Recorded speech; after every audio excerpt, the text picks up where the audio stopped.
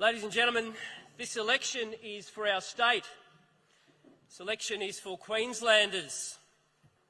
This election is for the brave people in that video.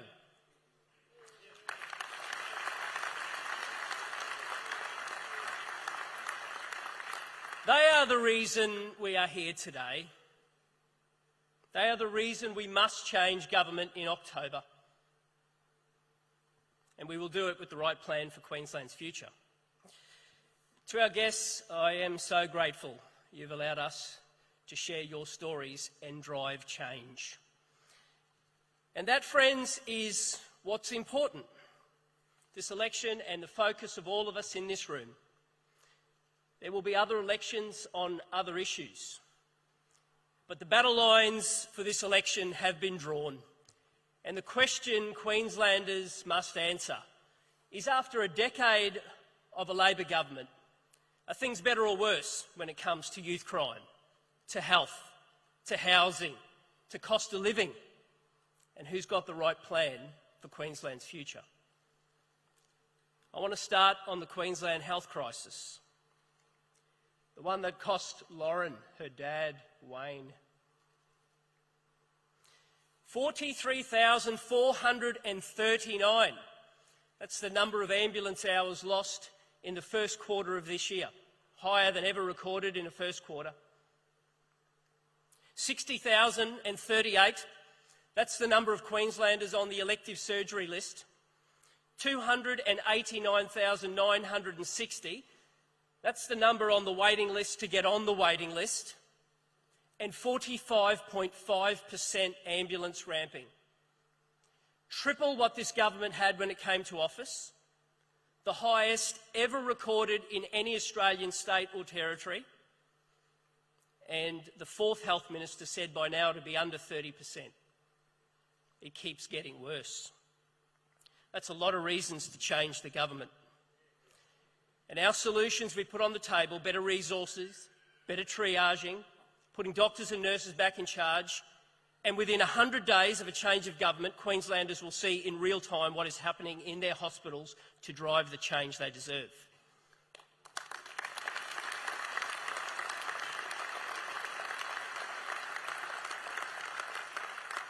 I want to turn to the Queensland housing crisis, the one that's closing the door on Lara and Noah's future of owning a piece of the great Australian dream. 29%. That's the percentage of less land released under this government.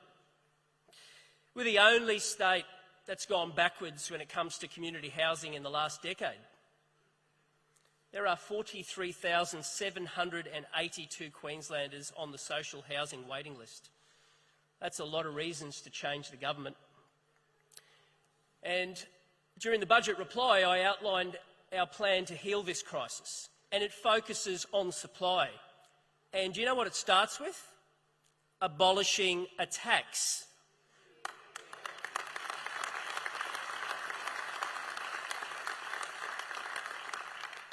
We will remove stamp duty on all new homes for first home buyers, and that'll be the most significant abolition of a tax since 1977, when our side of politics got rid of death duties.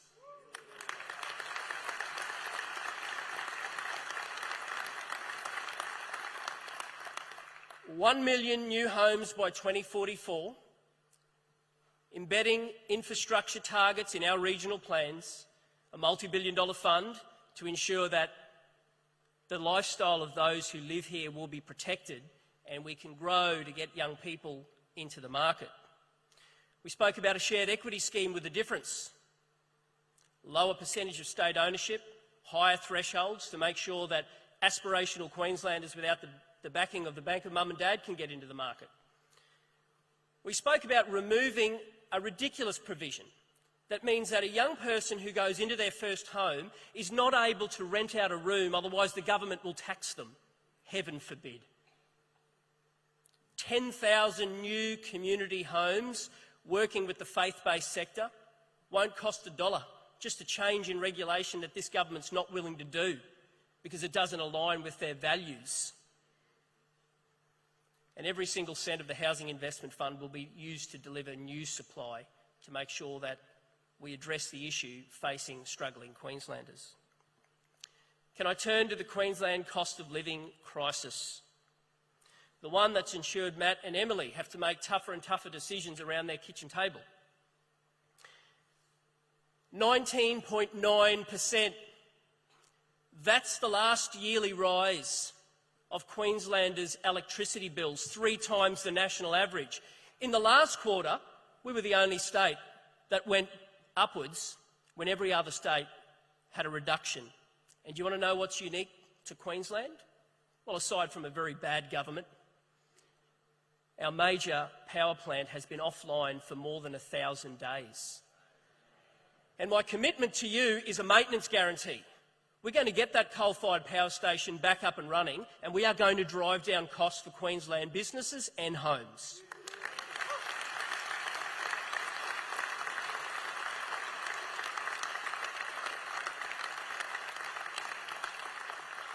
But it's also bad roads pushing up transport costs, a 12% increase in rent because of a lack of supply, an 18.5% hike in insurance because of rising crime and a lack of flood mitigation. And then there's the billions and billions of dollars in project blowouts, more and more delays, the kind that's costing the quality time of Yvette and Max. Add those up. That's a lot of reasons to change the government.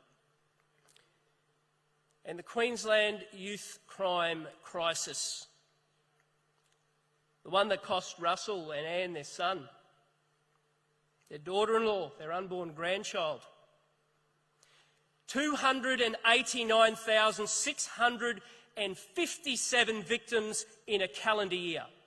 More than Victoria and New South Wales, despite their population dwarfing ours. A 13% increase, despite the government say that they'd implemented the tough laws to deal with them. The youth crime crisis keeps getting worse under Labor. And ordered a general report that showed early intervention is broken in this state and needs to be fixed.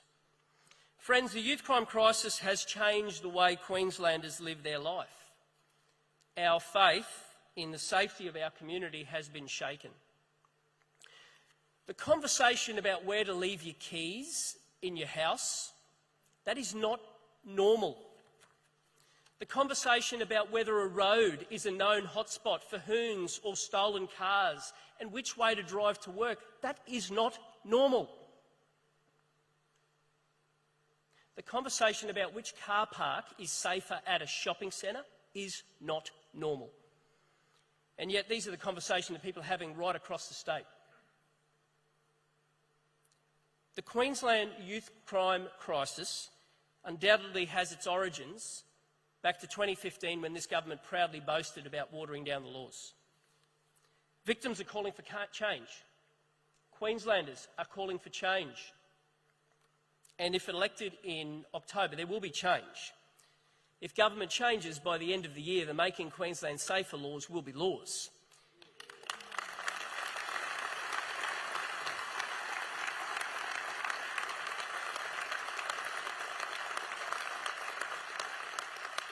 I've previously spoken to this body about what that means. Things like removing detention as a last resort, embedding in sentencing that the rights of the victim should come before the rights of the offender. We've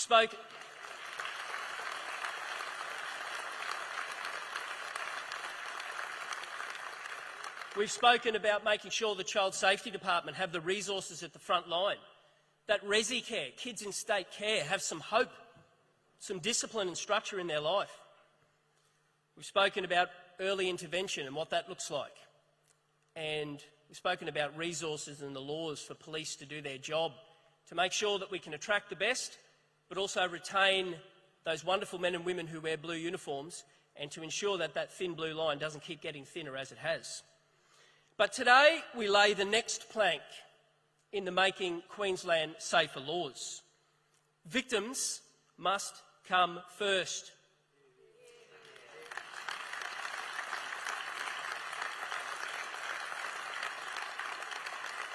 And if we're serious about that,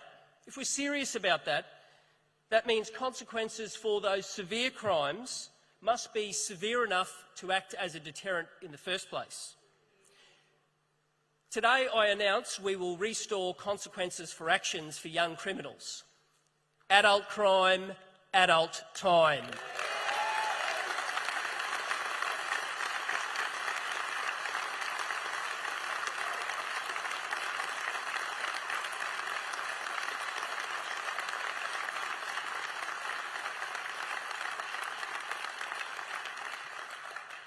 If you murder someone, that's an adult crime, adult time.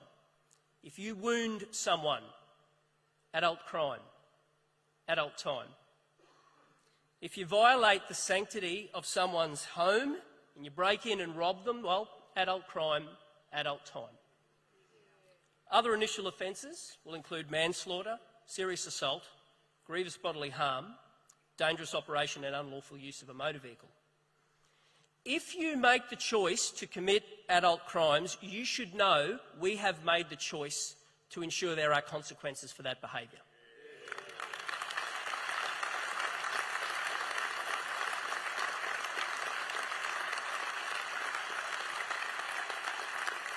We will also institute an expert panel that includes representatives from law, from law enforcement, the legal fraternity and victims groups to assess which other offences should be included. But we must send a strong and clear message, and we are doing that today.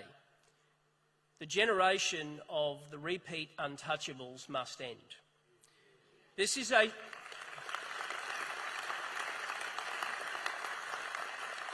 It's a strong message, but it's a necessary one.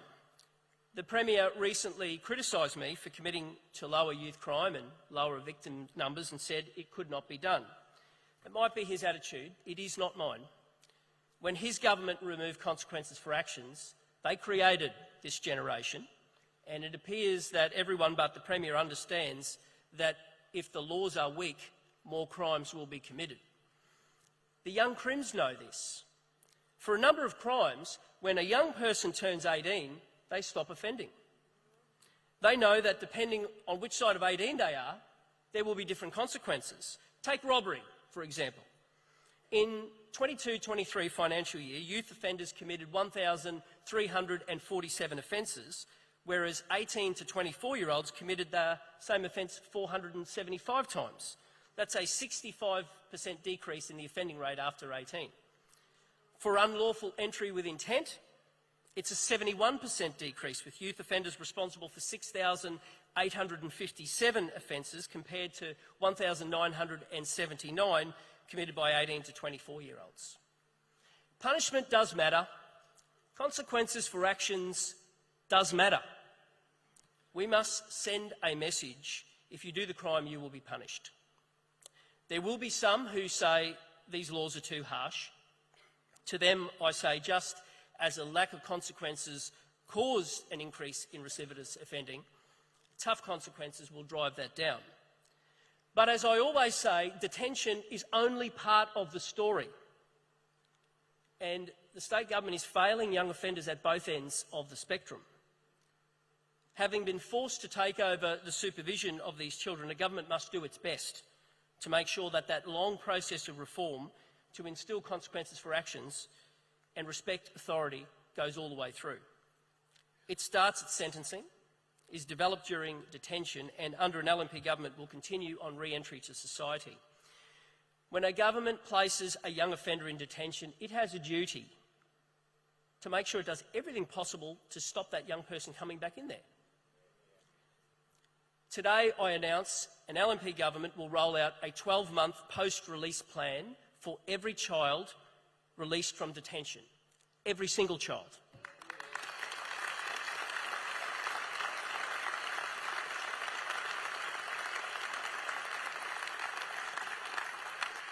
We are going to have a focus on rehabilitation within the detention centres as well, but we can't just release a young offender into society and just allow them to carry on where they left off. We'll partner with the community sector to work with young people in detention in partnership with their youth justice caseworker to develop a relationship which can be maintained when they are released. We will provide funding for those community organisations to engage for up to 12 months, and that'll be an intensive post-release supervision to keep them on the straight and narrow. Currently, there are non-government organisations achieving success by doing this work. However, they tell us it's an uphill battle dealing with the government to even get the individual details of the offenders so they can properly supervise them. Combined with a lack of communication, there is a lack of funding and a general lack of commitment to do this important work. Friends, the problem with youth crime has been 10 years in the making, and it will take time to turn around. For the past decade, we have tried the path of simply cuddling young criminals, and it's failed. But it hasn't just failed us, it's failed the young people as well. We must be prepared to supervise the re-entry to society of these young people to foster the best chance they have to live a fulfilling life, and we will do that.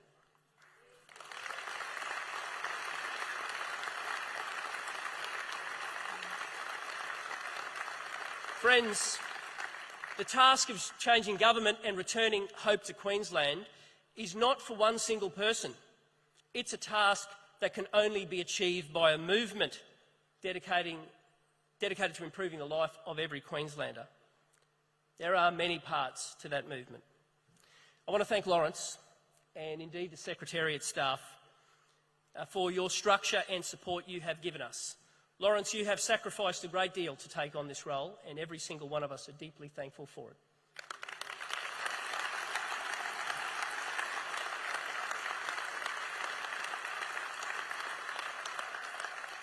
To Peter Dutton and the federal team, I've known Peter for a long, long time. I am convinced that Australia needs Peter Dutton as its Prime Minister.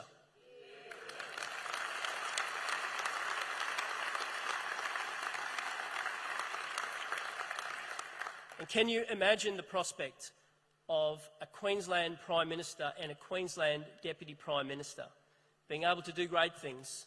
David Littleproud is one of ours. He is one of our own. He's got a great track record, and I wish both of you all the best in the years ahead.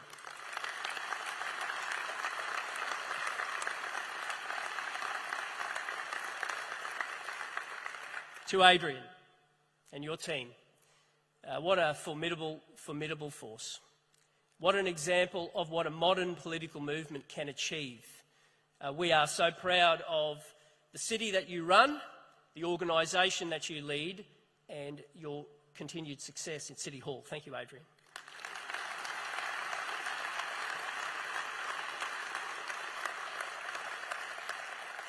I want to thank my team, strong, united, disciplined and focused, with the best deputy leader anyone could hope for.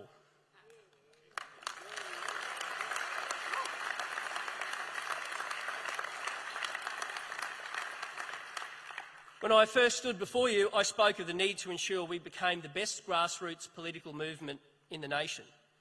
I spoke of the need to deliver better representation of candidates with a wealth of experience and knowledge, people who would be strong advocates for their communities. I spoke of the need to usher in a new era of LNP candidates. I outlined my vision to you for more women, more young people, more people from small and family business background, more people from multicultural backgrounds. So, what have you, the members, delivered? Let's go. To name a few: a baker, a sparky, a teacher, police officers, several small business owners, community leaders, councillors, health workers, migrants from Greece, India and Vietnam, a 22-year-old who'd be the second youngest person ever elected to the Parliament, and in the 14 most marginal seats, 10 women.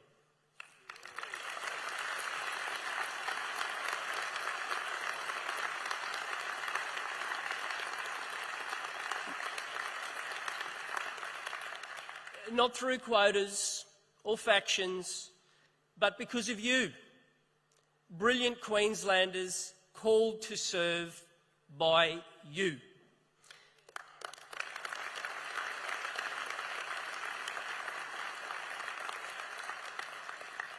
Even my harshest critics would have to admit we have achieved the reform I said we would achieve. But we must remain focused and disciplined because it is a huge task ahead. but it is an important one. The state government says it's doing what matters, but it didn't do what mattered when it mattered. And as a result, Queenslanders are saying, time's up for Labor.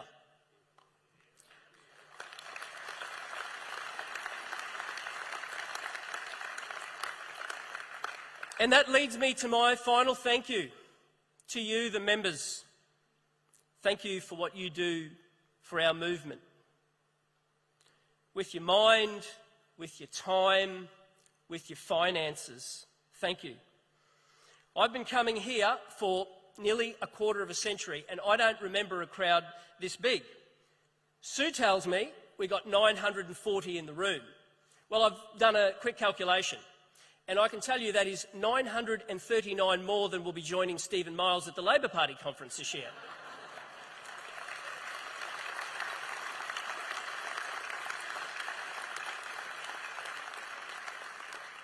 So concerned about their image, so desperate to cling to power, they have cancelled the ability for their members to come and have a say. I mentioned earlier my desire to focus on the needs of our fellow Queenslanders. As I stand here before you, I feel the focus from you, and I thank you. I know you all understand the honour of governing Queensland will not be given to us. It must be earned. I look into this crowd and I see a room full of people hungry to earn that honour. But it's not for us.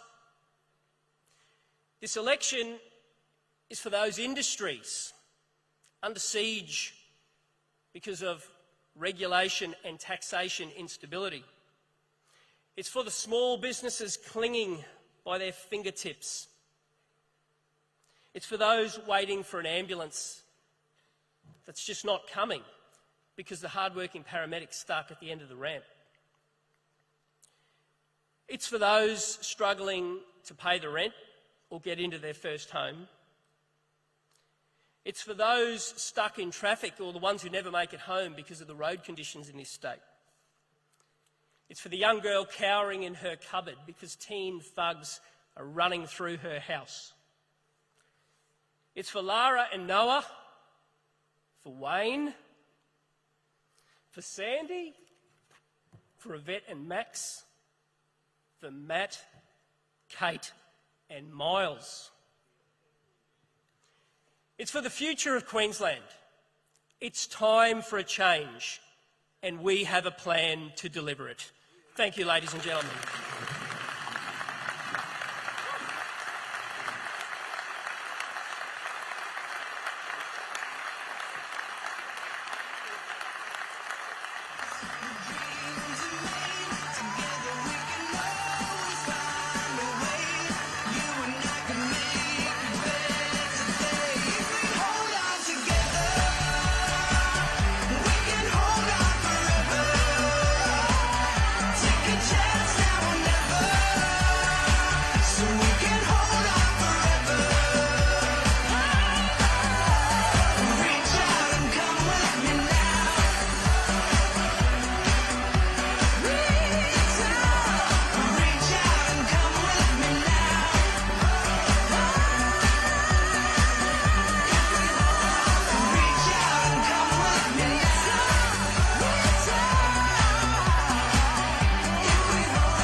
Reach out and come with me now.